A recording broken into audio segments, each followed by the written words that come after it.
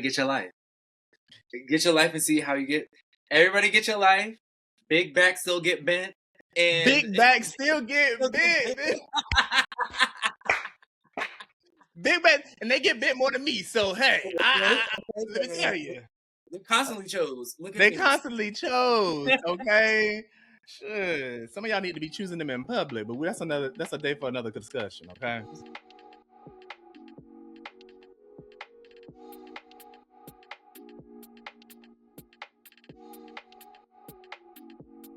Hi everyone, welcome to Love Unbxd. I'm really excited for you all to be here. Thank you for joining us. As always, you know I got a guest in the house, and so this week it is going to be none other than the multifaceted Kyle Price himself. Hi Kyle. How you doing?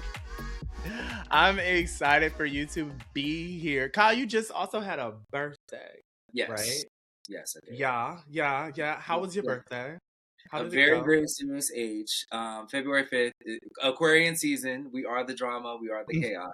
All the drama. Listen, shout out to my my Aquariuses. That is my sister sign, my air sign out there. So we're here. So we see each other. We see each other. What did you do for your birthday? Not a goddamn thing. Only because there was a blizzard that was like hitting with like impact going everywhere, and I was like, no. Usually for my birthday I go to somewhere hot because it is in the middle of winter, but this year I just was like, let me just stay local, let me do it. It's too much going on with ice, it's too much going on outside. I'm like, let me just, celebrate my life, celebrate with my friends, do whatever. This year was 39, so I'm like, again, a very serious age. But I was like, all right, let me just keep it cute and then do something for 40. So that's was pretty much my birthday. Yeah, so you just turned 39, another year around the sun. Yes. And what does like this year feel like for you? Because you're getting ready to exit your 30s and enter into, I'll say, just another decade. Yes. So like, what does that feel like for you? Well, I've called 39 since it's an album filler year. So it's like one of them cuts on the album, and I was like, oh, it's cute to be on the album, but nothing to like celebrate. Like, if you know year. And I said my 40s, the season premiere of my 40s will be next year. So this year feels very reflective. This year feels very cyclical. It feels like I'm completing a lot of loops. I'm celebrating people who made 30 fun, who made 30 insightful, who made 30 just an experience, because I'm like, all right, I feel more self-assured in my 30s. I have an absolute path that I'm walking down that I'm going to capitalize on. So I feel very grateful for every lesson, good, bad, and different, all that. And I feel very juicy right now. Ooh. That's the word I feel on my spirit. I feel very juicy. Like, I feel the sexiest I've ever been. I feel the most confident I've ever been. And it's just like, swinging for the fences. So when we get into 40, we're going to be like, yeah. Well, the body is T. Okay. Yes. The body been T. Let's just say that. The body been T. It's T-er, right? That T is stronger. You got a little more strength. It got a little more strength to it, okay? Hit that palate a little bit different. A little yummy, you know what I'm saying? Yes. Listen, like, you've been on this journey, you've been on a 75 hard journey too. And so like, what has that like helped you kind of like realize coming into 39, but also leave also in, 38? Well, great question. This is my second go round on 75 hard. So I've done it before. The first time I did it was for just to say I can do it, because it's like, all right, it's a test of will, it's a test of discipline, it's giving you insight on things that you want to do. So me, naturally being type A and an overachiever, they said do this, that. I was like, oh, well, throw this in there, throw some abstinence in there, throw some reading, throw some all that stuff in there. And it was hard, literally hard, for 75 days. But I was like, all right, well, let me just keep going since I'm already doing it, because I intentionally wanted to live 38 with specific things in mind, with development growth, with just becoming a more sensitive person, with unlearning a lot of things that I developed in my younger years that I didn't want to carry in my older years, and then just Yeah. practicing new ways to be healthy for myself, mind, body, and spirit. And for this 75 hard, it's okay, now that I proved that I can do it, it's more so like, all right, well, I'm not giving myself a deadline. I'm not giving myself a specific goal. It's more so just to keep the practices going so I can be healthier for myself, so I can show up as a better friend, as a better brother, as a better uncle, as a better lover, all that good stuff. So I'm really feeling spiritually aligned this time. Yeah. Has that created a higher level of visibility for you? Like going Visibility. through like 75 hard? Like Visibility because you've been is. showing you've been you've been actively sharing with us your journey around 75 hard, right? Mm, And sharing some of the books that you've been reading, right? Sharing your journey physically, mm, sharing your journey in some other like ways as well. mm. Has that created a different level of visibility where people have, been communicating with you in a different way that they Yeah, didn't do in the past? yeah, I think this go round, I feel more emotionally open. So Yeah. I'm sharing not only like, the thirst traps and stuff, because you gotta document that. But it's more so just showcasing like, hey, this is how I want to learn, this is how I want to grow, this is how I want to connect. And I think people are resonating with me in a way that they haven't before, because a lot of time I was just like focused on the work. This is the work, Yeah. this is the look, this is the everything. And Yeah. now that I'm allowing myself to be up, I'm allowing myself to be down, I'm allowing myself to be open. It's allowing people to be invited in to the process and not just like the physical transformation of everything, you know what I'm saying? Yeah. Has that shifted your romantic life in any way? Well, no, because it hasn't. I Well, mean, no. so to be honest, no, it Uh-uh. hasn't, because I'm intentionally not being romantic right now. Mm. This 75 is personal. It's Yeah. personal for me. And I think if I'm going to be romantically involved with someone, I have to be all the way there. And if I'm like focusing on the goal, on whether it be mind, body, spirit, whatever, I have to show up for myself first to be the Mhm. example of love that I want in my life. And if I can clearly explain that to someone that I want to share my time with, then you gotta go. I mean, it's cute Yeah. here for a little yin yin yin around the house, but Yeah. I mean, like, seriously, no. So I think getting to know me means like just having better boundaries and just a better sense of self. So when I jump into a relationship, I'm like, okay, well, this is what I want, as opposed to what I've wanted before. Yeah. What does that journey of self-love look like for you so far? I'm gonna sound like Tyra Banks. Uh-huh. Go ahead. Go ahead. Give us your best Tyra. Yes, okay. So, sometimes you gotta get your ass handed to you. And you have to get yourself told about yourself. And I hope you can give yourself enough grace to get to hear about yourself. But I think a level of transparency um with myself. Yeah. That's with the good, the bad. Like why how I'm in certain situations is a result of the decisions that I've made to get to this point. Mhm. And a lot of time I've done a lot of things, but I've also done a lot of things from a place that no longer serves me. And I have to acknowledge that this is my shortcoming in this regard, and why I'm not able to get here. Like it's taking so long to get here because I didn't feel worthy enough to get here. Yeah. I don't fully feel like I'm ready for this opportunity because I am insecure in this area. And admitting Yeah. that to myself is just taking a level of transparency and a level of vulnerability I've never allowed myself to feel before. So I think it echoes in every sentiment of what I'm doing now, what I'm doing in the future, and like how I'm interacting with people too. Yeah. There's a high level of accountability that you have to navigate a journey of self-love, Hmm. right? It is first you have to acknowledge some dark shit, some nasty shit, the messy shit, right? That is like living and still like breathing inside of you. And you really have to do the work to kind of like let those things go.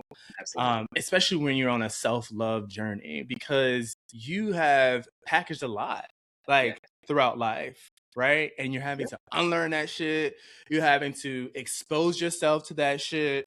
You're having to really kind of like do work that most people will not do in order to come out on the other side like a different person, right? Yeah. In order to be able to invite someone, right, into your life and love you the way that you deserve to be loved, right? I say this all the time.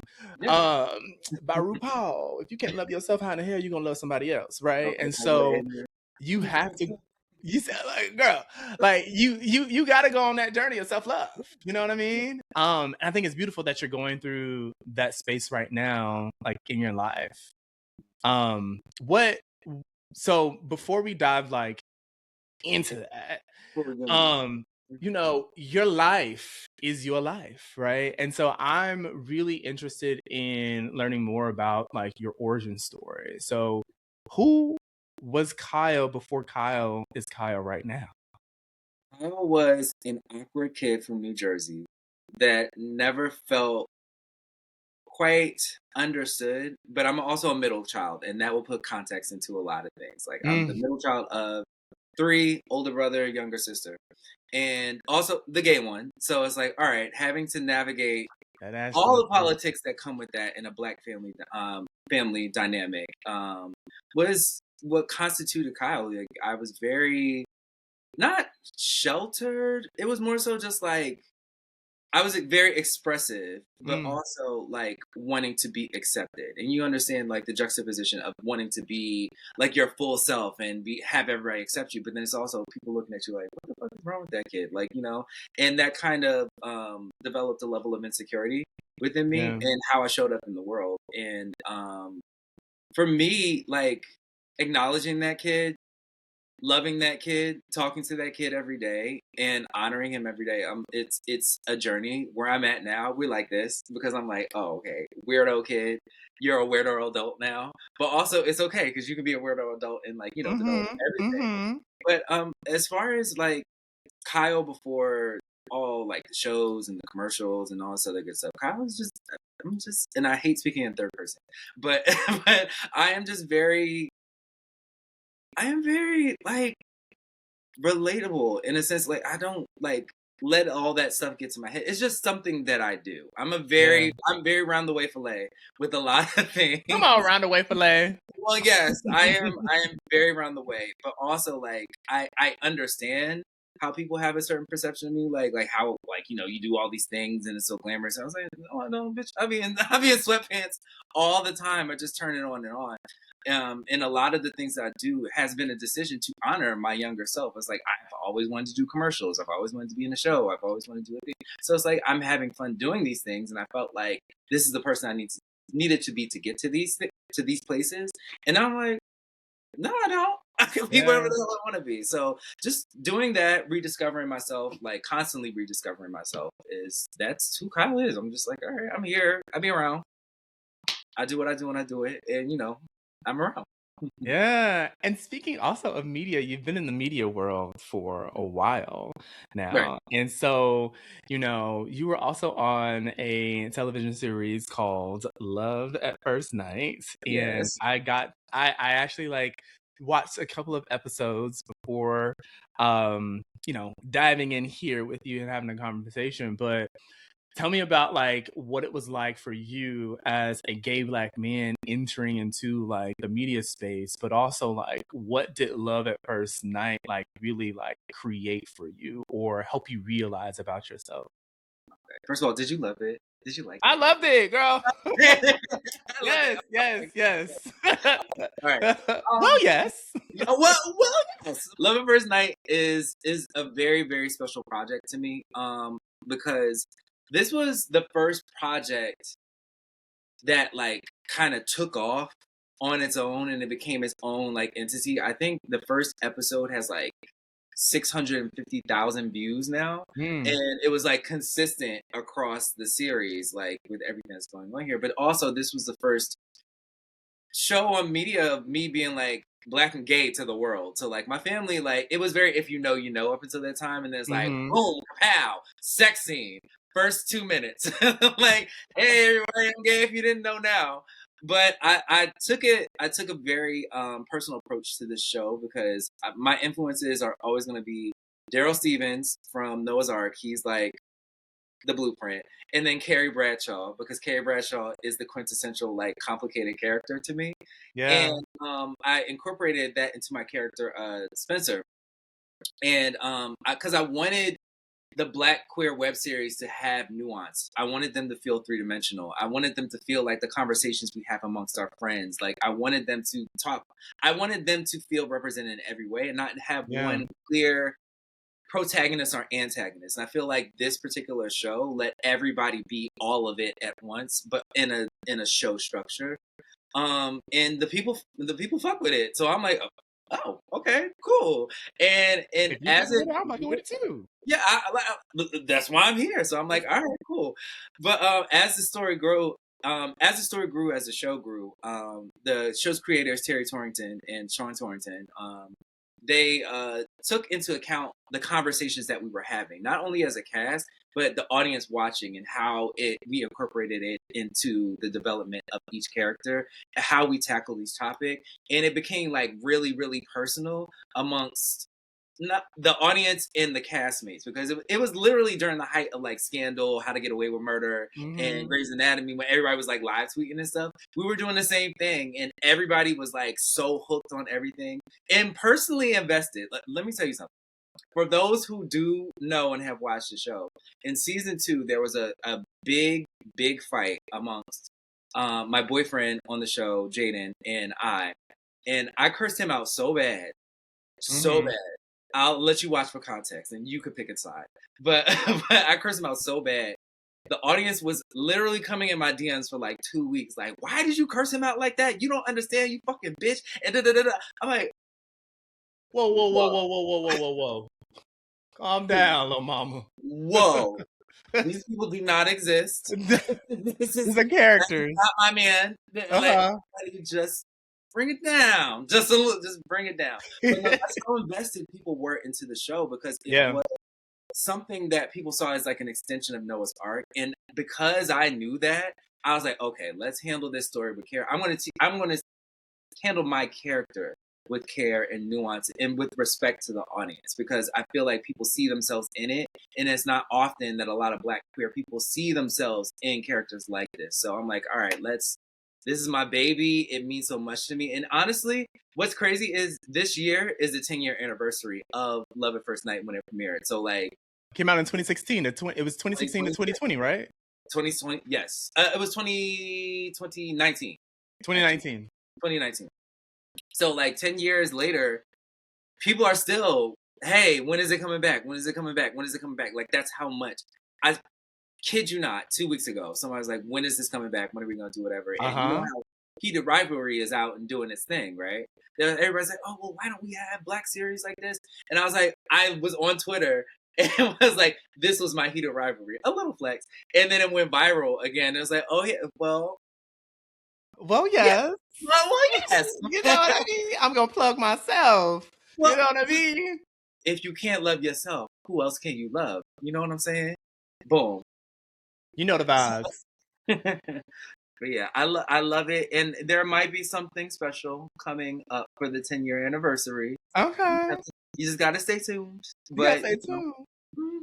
Okay. Well, we're going to be staying in tune. I was like, wait, where's that word going? We're gonna be staying tuned, most definitely, right? Because I think from the episode that I was able to like engage with, it was just such a moment in queer culture, specifically Black queer culture, that we don't often get to experience through media, right? And so I'm curious about like, what do you feel right now that media just does not get right now when it comes to like portraying Black queer love and experiences, on our screens? I feel like media, what they get wrong with Black queer portrayals is they want to eat from the plate, but they don't want to provide the food. Ooh. And what I mean by that is you want to take from the culture, you want to piggyback off of everything. Like everybody's clocking it and everybody's like, death dropping and all this other good stuff.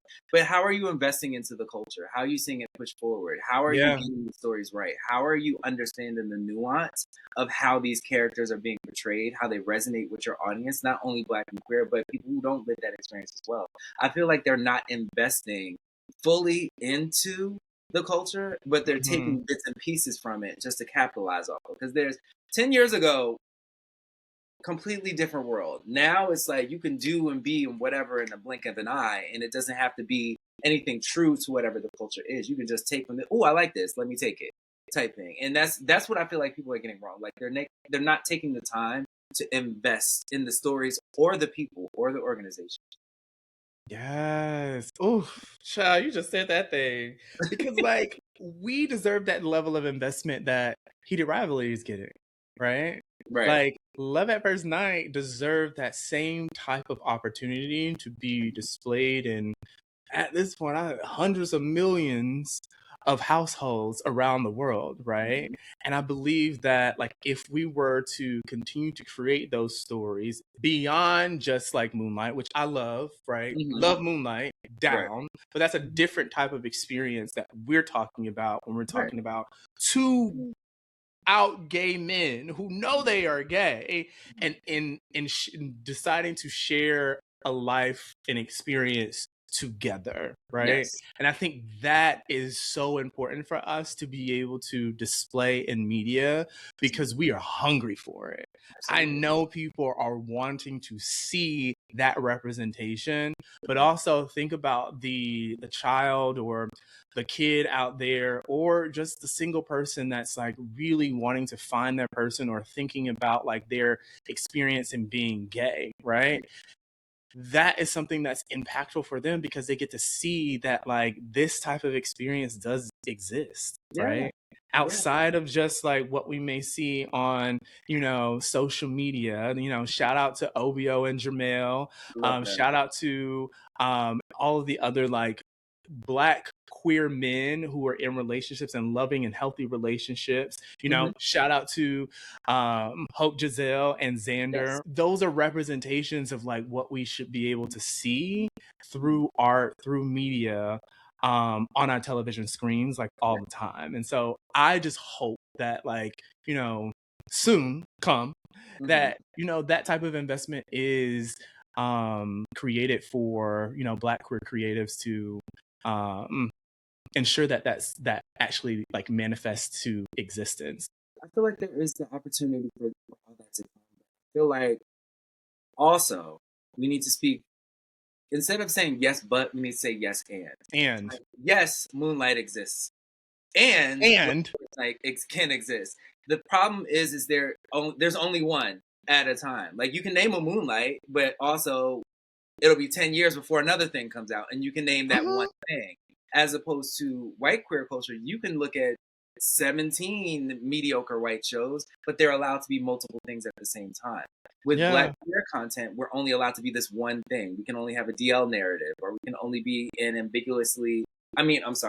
a boisterous gay character, or someone's gay best friend, or something like that. But there are so many different intricate stories that are being told that aren't amplified at the same level because they feel like there can only be one at a time.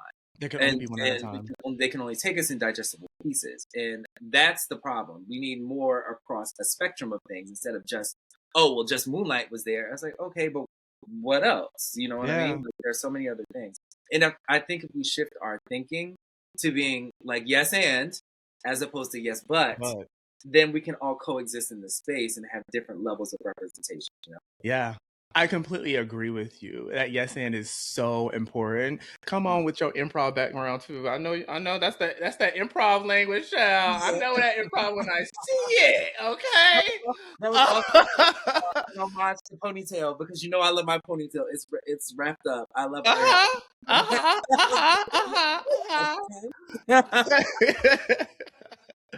But I excuse me, and You know, I really want to talk about you as like a storyteller Mhm. and a community builder, Mhm. because you also have a show called Make It a Moment. Yes. And that is essentially what your platform is about. So can you tell us more about Make It a Moment? You know, how it exists right now in your eyes. Absolutely. Make It a Moment is actually a love child of Love at First Night. Like from all the Mm, conversations that I got from the audience, the one we got from the show, how it resonated like around the world. Like a little known fact. I was at my corporate job during season 2 of Love at First Night, and it was taking off, and I was like, okay, I need a corporate job to live. But then also my gotta creative, make that coin. we need the coin. But then also the creative was taken off, so I was at a crossroads. Do I want to go this way or do I want to go this way? I went this way because my heart isn't creative and I only have one life to live. There's no practice round, so I'm like, let me just do it. At that Yeah. time, I got offered to sign to a modeling agency in Cape Town, South Africa, and I lived there for 3 months. Never been there a day in my life. Only knew one person. Fuck it, I'm just gonna go because when are Mhm. you ever gonna get this opportunity ever again? So I kid you not. The first day I get in Cape Town, we go to this club. It had to be like 1:30, 2 o'clock in the morning. Dark ass club. This person walks up to me and says, "Aren't you Spencer from Love at First Night?" Gagged. I gagged. You had to do one of them numbers, like, I was like, "Excuse me?" I was like, "This, I'm oh, halfway across the world, and this show is carrying like that." okay, Okay, my mission is impact clear. though. That's Yes, impact. That's reach. that's reach. That's impact. My ego through the roof, Hmm. but also, but also my mission was clear in that moment because I'm like, it's not even Love at First Night started as a labor of love, but I saw the potential in it being something bigger than what we envisioned it to be. So I was like, I'm gung ho. No, fuck that. We're gonna make this a thing. This is gonna be a huge thing. And like me randomly moving to Africa for a couple months, the first night somebody seeing it, Yeah. oh, my mission is clear. And Yeah. unfortunately, my grandmother died like probably 2 weeks before I moved out there too. So I used to go to Lion's Head Mountain, which is a very famous mountain out there. I climbed it Hmm. like every Friday. And every time I climbed the mountain, I felt her presence. And the message she kept giving me was, don't let what you see forget about what I told you. Meaning that everything that I tell you is going to be yours, is going to be yours. So, like all the signs that you see in front of you, regardless of how it looks or how long it takes or how many obstacles get in your way, this is what's promised to you, right? And from that sign in the club to that climbing up that mountain and everything, I had to, one, stay true to Love at First Night, but then also create a space for us to continue these conversations. And that's what Make It a Moment has been, because all the interactions that I've had while I was in Cape Town, while I was on set, while I was talking to the audience, while I was talking to everybody in my life, it's a Yeah. moment, you know what I mean? And those are Yeah. unique moments that you share with your friends. And I think I wouldn't have been able to make it as far as I have been in this industry or in life period without my Black queer friends. Like just how they lifted me up, how they, poured love into me, how they supported me. And everybody that showed up on the show so far has been someone that has been either important, impactful, or just inspirational in my life. I ate Yeah. that. I ate that, didn't Yeah, I? you did. I was like, oh, that's a triple I. Okay, important, impactful, and inspirational, girl. Okay. I told you, Tyra. I told you. Okay. You did. You did. You having your Tyra moment. We're gonna keep that DJ right now. No, we'll talk later. up. But no, that's what making a moment is. It's an authentic moment to pour into your community, to represent them correctly, to understand and make it a moment is my love letter back to everyone who has ever instilled anything in me. And what I Yeah. plan to do this year, which is happening, and you have to look out for that as well. Mm-hmm. We're going to take it to the next level and just build community, because in this particular time, we need each other more than ever. We got Yeah. that asshole in the president, the government's wilding, and everybody is looking for reprieve from everything that's being bombarded on us every day. So, like, my mission is the same as it was for Love at First Night. Like, listen, we need a space to where we can be this, where we can uplift, where we can be honest. I want everybody to take their wig off, take your bra off. Don't feel like you got to give me a PR answer. I just need you to come be your best authentic self and tell your story to give context on who you are, because people need to see that and see that you are a three-dimensional character. Not character, three-dimensional person, and not just a caricature or somebody's pawn on the chessboard for a governmental rule. You know what I mean? So like the same way that people did that to me, like I've made a promise to myself to provide that space for people that are coming up under me, to tell the stories of people who came before me, and to just bridge that gap to where we can all have community. So that's what Making a Moment is, and how I'm going to take it to that next level. I'm very, very excited about it, but yeah, I gotta dot some I's and cross some T's, but it's happening, and it's gonna be a thing. It's gonna be a moment. So we are excited for it. We can't wait to see it. We're gonna be front and center to support you right then and there. What was your triple I's? Your the important, impactful, and inspirational. Yes. Okay. And hey, clip that. Listen. That's going on some type of T-shirt, okay? Absolutely. Listen, this is gonna be on the first episode. You need to make sure your first episode you got a T-shirt and it's right across for me, right across it. Okay. Yes, right across your chest, girl. But I think you brought up a lot of different things, around Making a Moment, and I think that connection is so important, especially right now in our community, right?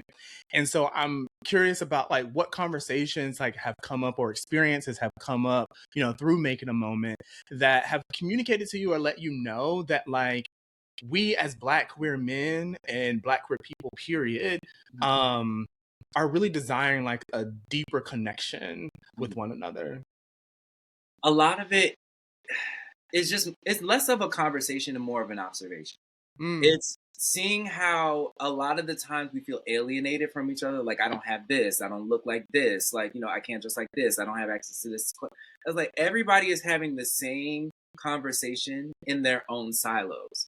And I feel like if we just provide a space to say like, hey, I'm going through this thing too, we can find a different type of connection and being like, all right, well, yes, I am different than you, but I'm also going through the same thing. And I too would like to take my wig and my bra off to talk to you about it. You know what I mean? And I feel like that's the most authentic way to build conversation, to start honest conversations, because one, I think it's important to notice that this is not a vanity project. This is not the Kyle Show. And I intentionally did not make it the Kyle Show because I'm me, and that's fine. But like, I feel like this thing is bigger than me. Providing this space is bigger than me. The conversations we need to have need to be amongst each other. And my wish for this show and every iteration that comes from it is to let somebody launch their perspective thing from this thing. If you have a conversation, if you make a connection, network across, make that thing happen. Make it a moment.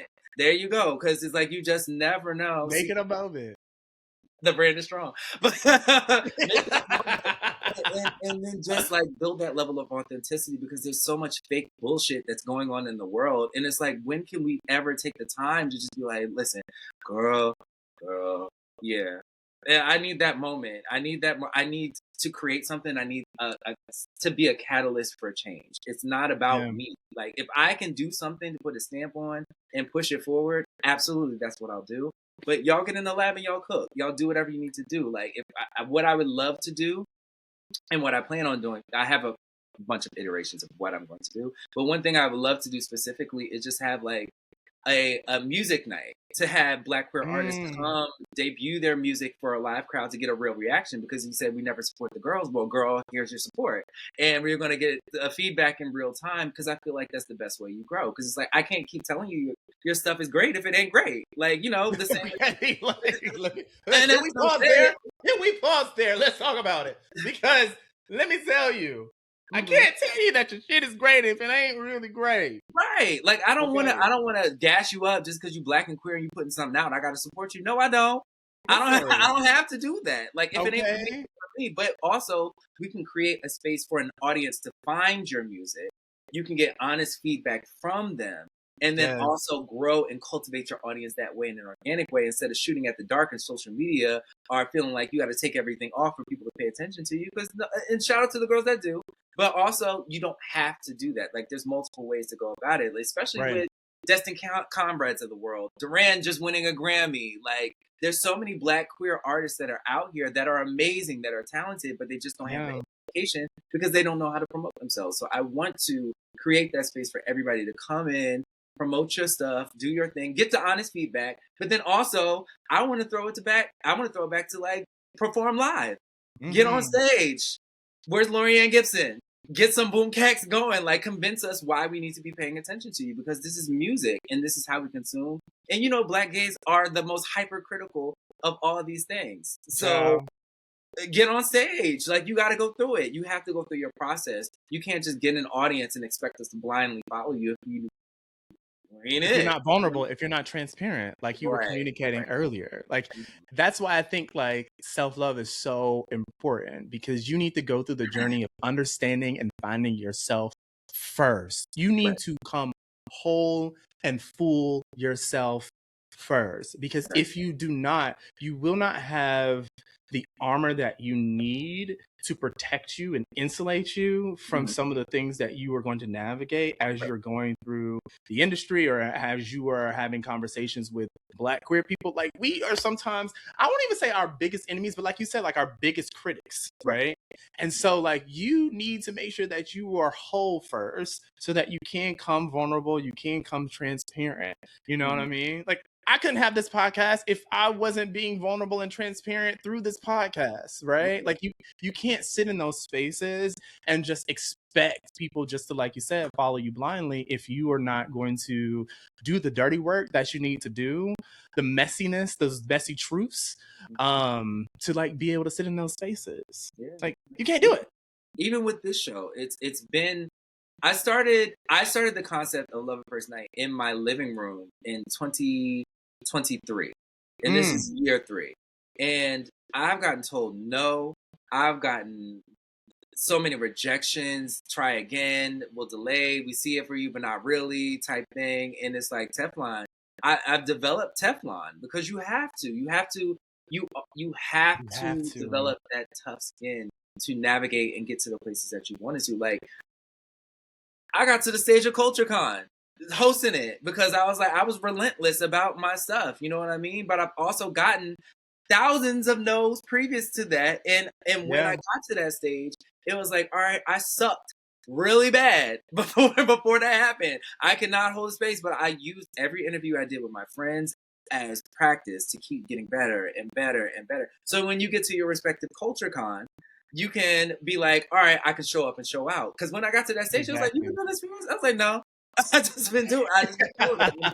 It's also, that's how you can put your own battery in your back. When you know you are great and you practice it so much that even if they don't see it at first, they'll see it eventually. And it's not for you to get it.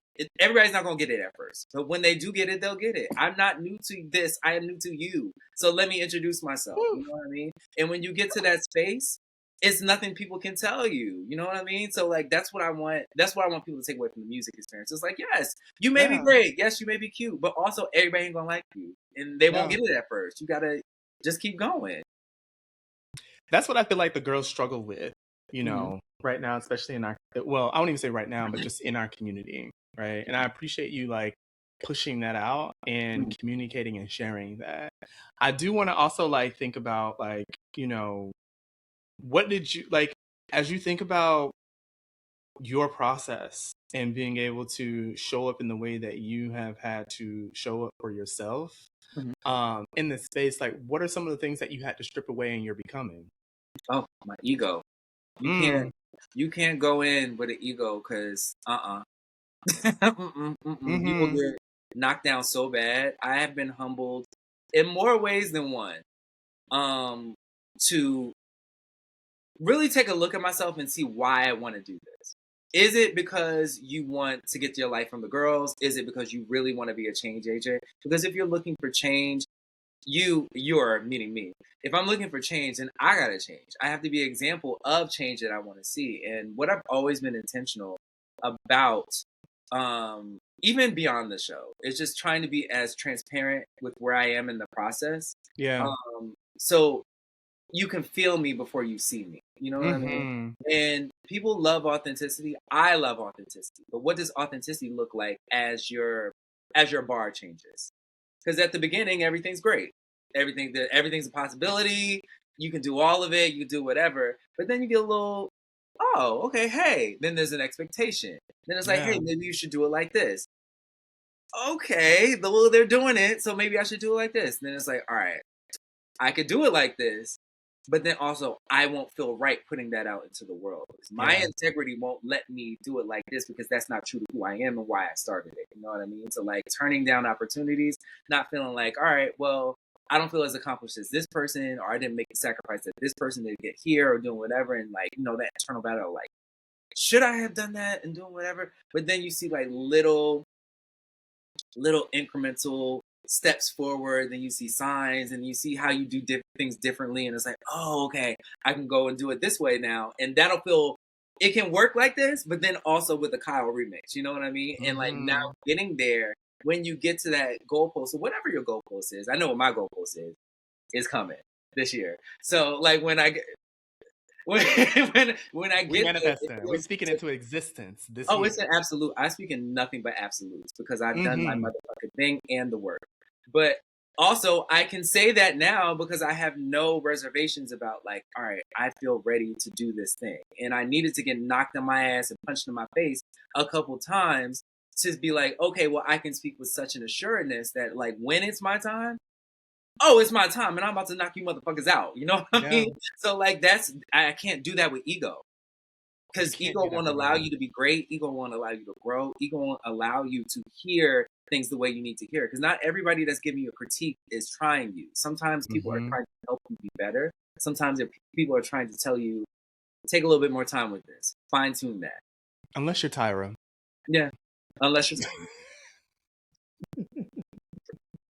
You slipped that right on it. But I was like, I had to. Because when you think about, child, we're not even gonna get into it because the discourse online is on me. Nope. It's insane.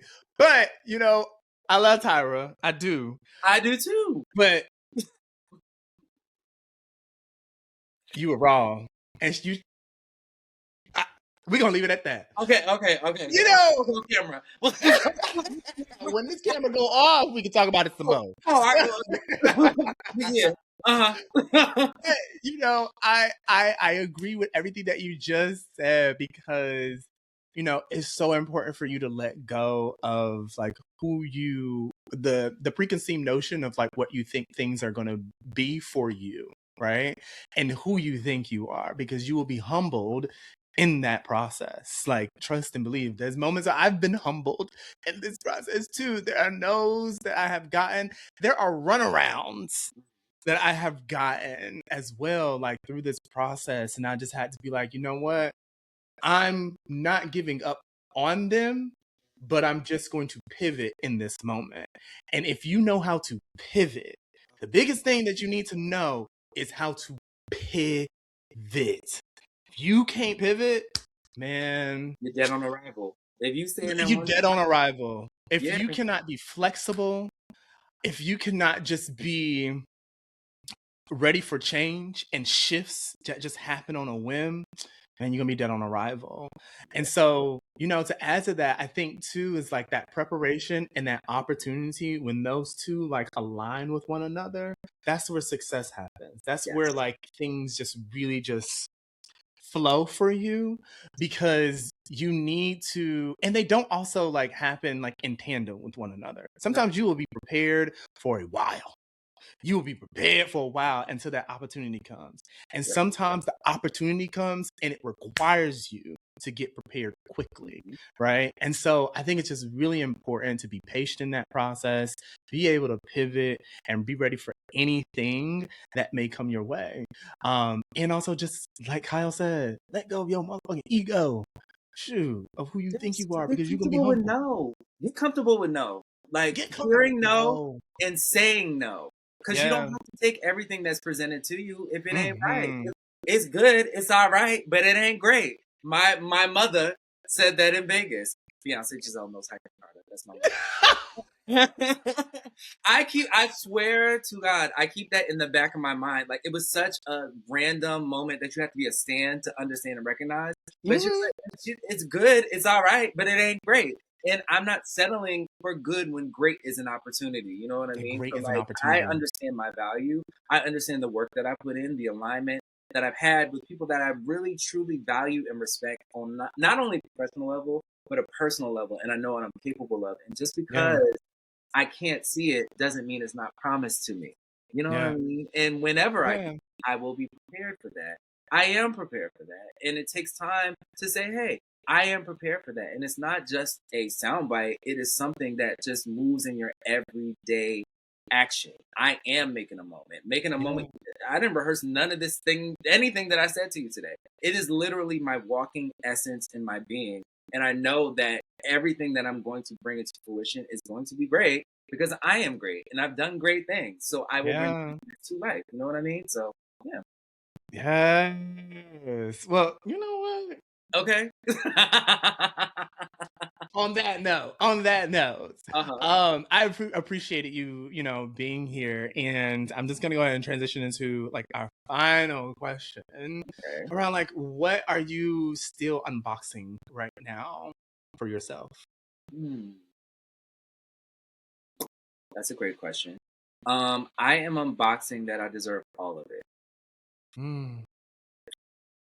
Worthiness has always been something that I have been struggling with because I've always been that person that's like, no, I gotta work a little harder. No, I gotta tweak this thing. I gotta do this one more thing. It's like, no, I deserve it now. I deserve it now. I don't need to work for rest. I don't need to work for love. I don't need to work for understanding, friendship, opportunity, none Yeah. of it. No, I deserve it now. And I think a part of the unpacking, unboxing, if you may, is just understanding and recognizing that a lot of it was not feeling worthy of the success that I was given, like, or the love that was thrown my way, or the opportunity that was thrown my way. Because I'm like, all right, well, no, I need to prove, I need to do, I need to. I was like, no, I don't. No, no, I can do all of it. Even if I don't know, I can figure it out.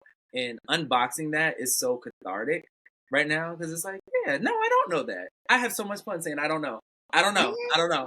So, but now I can find the fun in figuring it out, you know? So unboxing that is it's just it's fun. Just being like, all right, well, I don't know. But yeah, I do feel worthy of knowing or being known, you know? So yeah. Yeah.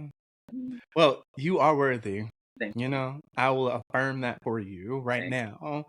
And I just appreciate you coming onto the podcast. This has been a very unfiltered conversation, which Yes. I extremely appreciate, and I know that the audience appreciates as well. Mhm. Before we go, Kyle, are there any last words? And make sure you share with people how to find you and stay connected through social media. Okay. Ooh, I have a quote. Where's my phone? Oh, I keep quotes. Oh, I write quotes to myself because I like I said, I'm living an intentional year. Last year I started my intentional year. Last year was the undeniable year, meaning I can prove and do all the things, right? This year is the year of whimsy, right? So the quote that I wrote to myself at the top of the year is egos trip, but the humble never stumble. And I say Mm. that to keep myself in line. And as whimsical as this year is going to be, don't let your ego get caught up into all the things that are coming because it's coming. It's But coming. keep it cute. Too much neck taquita is gonna get you out of here. So like, you know, keep it cute with that. um to keep up with me, my personal page is KP official underscore number one. No, sorry. All one word. KP official number one. The Making a Moment page is Making a Moment official, Making a Moment dot official on Instagram. Those are both Instagram. KP official underscore one is my Twitter. That's where the shenanigans happen and I talk all the shit. But yeah, you can like keep up with shenanigans. that. I have some things coming in the upcoming months. I will keep you updated with all the things so you can look at it. We can review. If you haven't seen Love at First Night, please go and Love at First Night. It's on YouTube now. See, 3 seasons. We have to give you BTS, all that other good stuff. But there's big things coming with that as well. Dotting some I's and crossing some T's. So y'all will hear about that soon. But yeah, just love yourself. Love yourself and you deserve all the things. Yeah. Yes, you deserve all the things. All of it. Well, I appreciate you all joining us for this amazing conversation that we just had. I hope that you were able to take something away, impactful for, excuse me, that was important, impactful, and inspirational for you specifically.